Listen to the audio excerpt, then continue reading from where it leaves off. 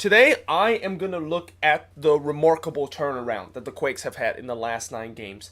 And, in the last 9 games, the Quakes are able to get 17 points, and they have a record of 5-2-2 in the last 9 games, and have been able to get at least a point in 7 of the 9 matches, and that is the most points that any other team has got in the last 9 games except LAFC. And although this team is still technically not above the red line, they're actually just below the red line. They're only 1 point behind FC Dallas in terms of getting above the red line.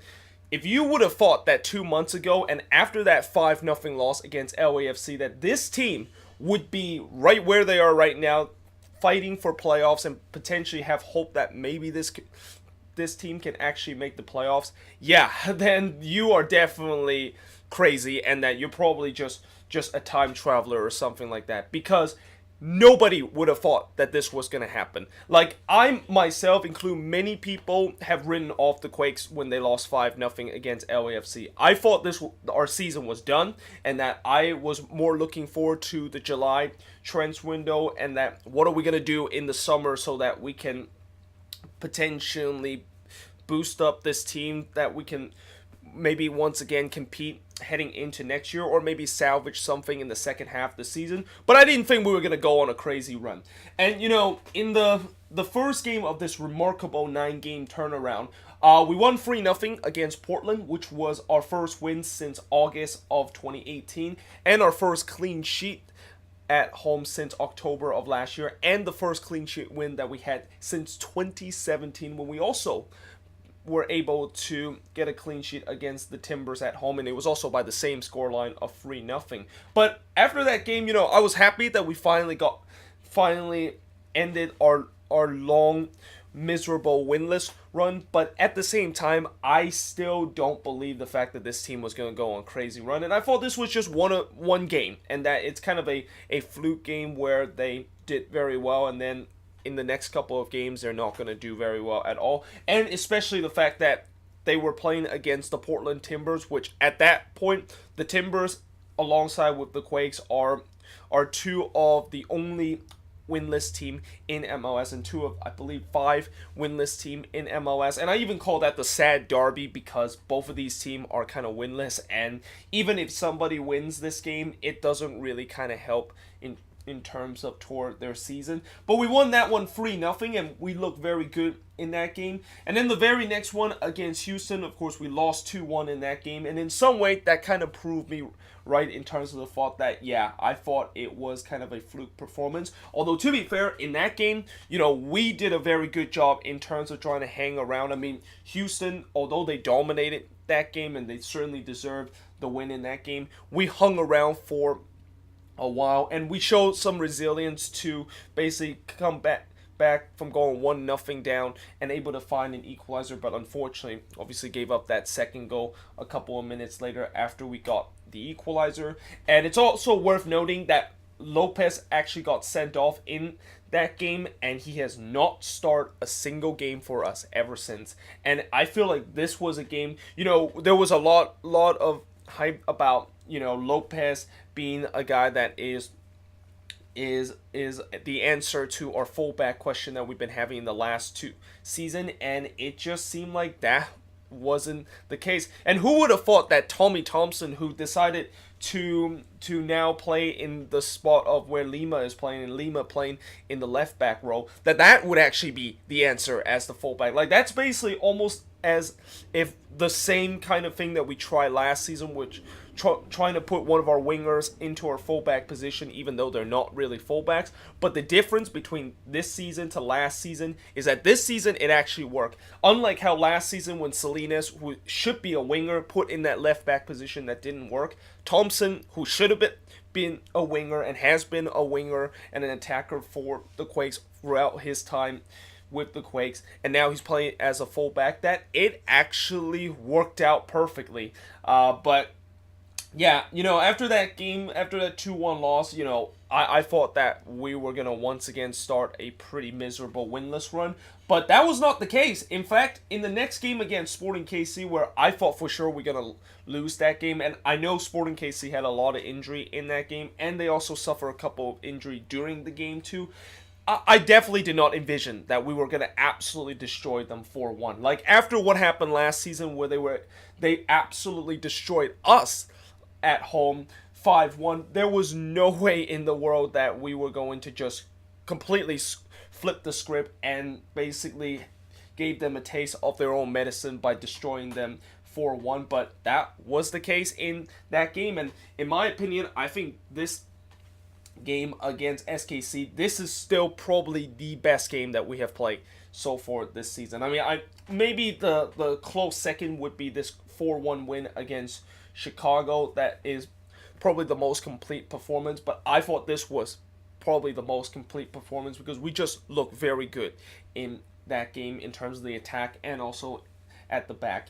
And then we gone on the road to play against the Seattle Sounders, and we were able to get a draw in that game, which is our first road point since Dallas of last year in July. Although, to be fair, I was a little bit it's kind of a bit of a sour taste and kind of a road point that I would say it's kind of a little bit bittersweet considering the fact that we were up 2-0 in that game, and then we decided to go full Quakes and decided to look like the old Quakes, decided to kind of blow it on the road. But thankfully, we were still able to get a draw out of that game. And then the very next game against Dallas, I thought in this game we were probably going to drop points again. Even though we have a good record against Dallas, both home and away, I thought that we were going to probably lose or even drop points in this game because this is our third game in 7 days, and this pressing system that Mateus Almeida used is a very intensive fitness kind of system. But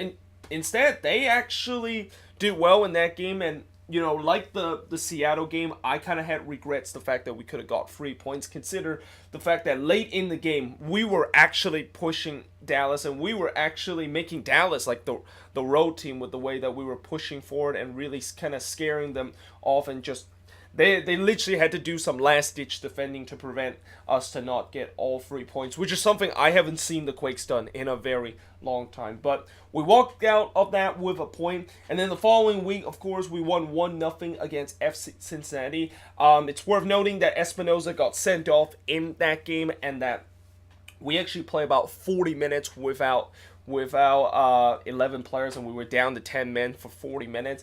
And Mateus Almeida, after this game, admit that we actually have not worked out how to actually play when you're down a man and when you're down to 10 men. So this team was completely unprepared in terms of playing down a man and just only having 10 men and facing that adversity. But we were able to hold on to that, and we were able to get that 1-0 win against FC Cincinnati. But the very next game, in a game where I thought for sure that maybe we can get a win, consider we were playing against a New England team that was just historically bad in terms of the way that they've been playing in the last couple of games. But unfortunately, we lost that one 3-1, and a lot of that has to do with Espinoza getting sent off in the last game, and we clearly miss his presence, which is why I am really concerned about this game too, as I'm going to also mention the fact that Espinoza, he, of course, accumulated too many yellow cards, and that he's going to be suspended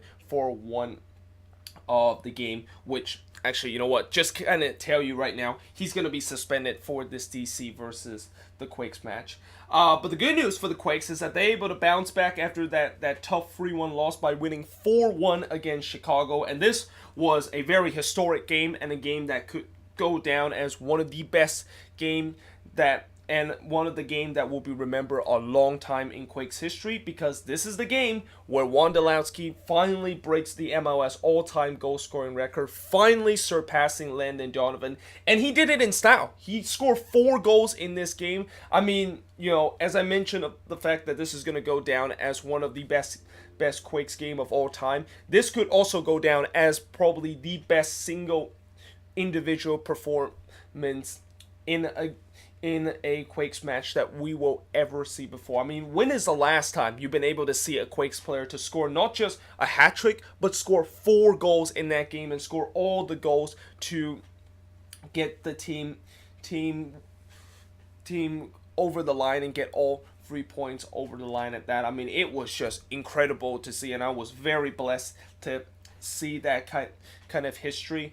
And then after that following game, when we have to play against TFC, we finally got our first row win against an Eastern Conference team. And I did some research just today to actually find out when is the last time the Quakes have actually beaten an Eastern Conference team. And the last time we have beaten an Eastern Conference team was all the way back in 2015 when we beat DC United on the road. So it's been almost 3.5 years since we actually have beaten an Eastern Conference team. This is why I always say whenever the Quakes go on the road, it's automatic L and automatic 3-point or even 2 points drop on the road, because they just don't get wins against Eastern Conference team. Going on the road in the East Coast is basically a death trap for the Quakes, but in this game that was not the case. They got their first road win since July, and what's even more impressive about this win is that we were down 1-0 in this game and we were able to come from behind to win this one,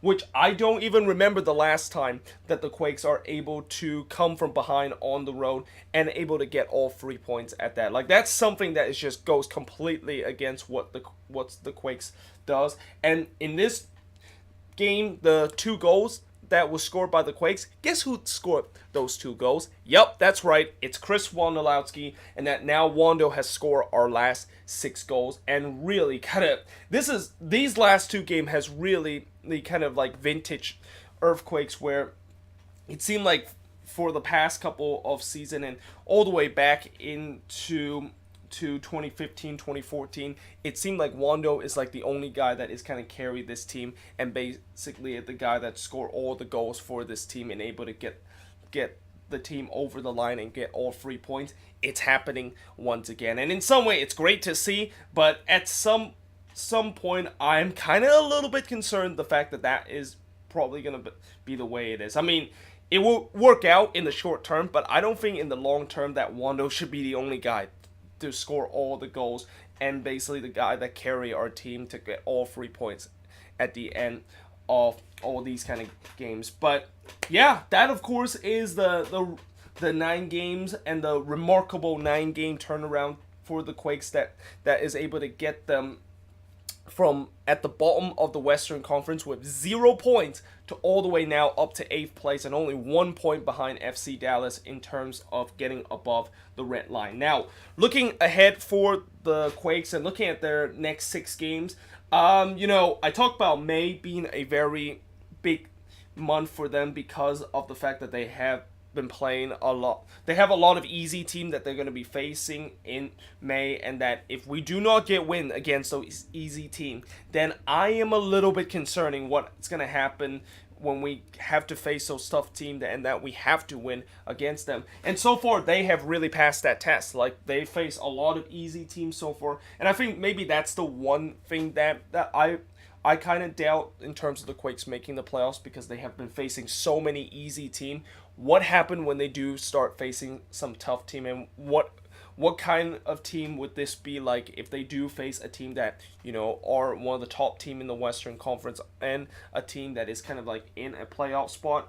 And in June, they kind of will face that kind of question because, first of all, in the very next game, they are going to be facing the Eastern Conference leader, DC United, on the road. And this game, I actually am very concerned about this one because, like I said, this is the game that we're not going to have Espinoza because he accumulated too many yellow cards against TFC. And the last time we did not have Espinoza, and then the very next game, it's on the road, we lost 3-1 against New England. And while DC has not looked that good in these past couple of games, and the fact that in general the East has been pretty bad this season, like DC, even though they're like league leaders in the Eastern Conference, I bet if they do that in the Western Conference, they have to face Western Conference team, they definitely would not be anywhere near where they are in the top of the Eastern Conference and in the top of their respective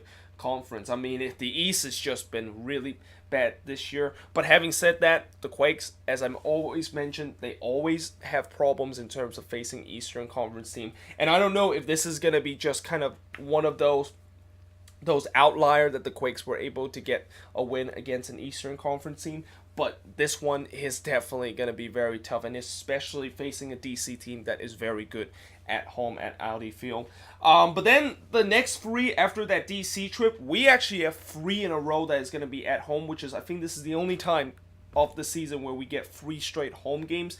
We play FC Dallas on June 8th. This should be a win for us because FC Dallas, not only they are not doing very well right now, but they really struggle on the road. And we have a very good record against FC Dallas in these past couple of seasons. I mean, FC Dallas, besides them and Minnesota, those are the two teams that we tend to always get resort off of them. It's kind of weird. But after that, we do play against Houston. This one, I am going to be a little bit concerning because we haven't really done well against Houston, both home and away. And that Houston, while they have not been very good on the road this season, well, they have, usually they're not very good on the road.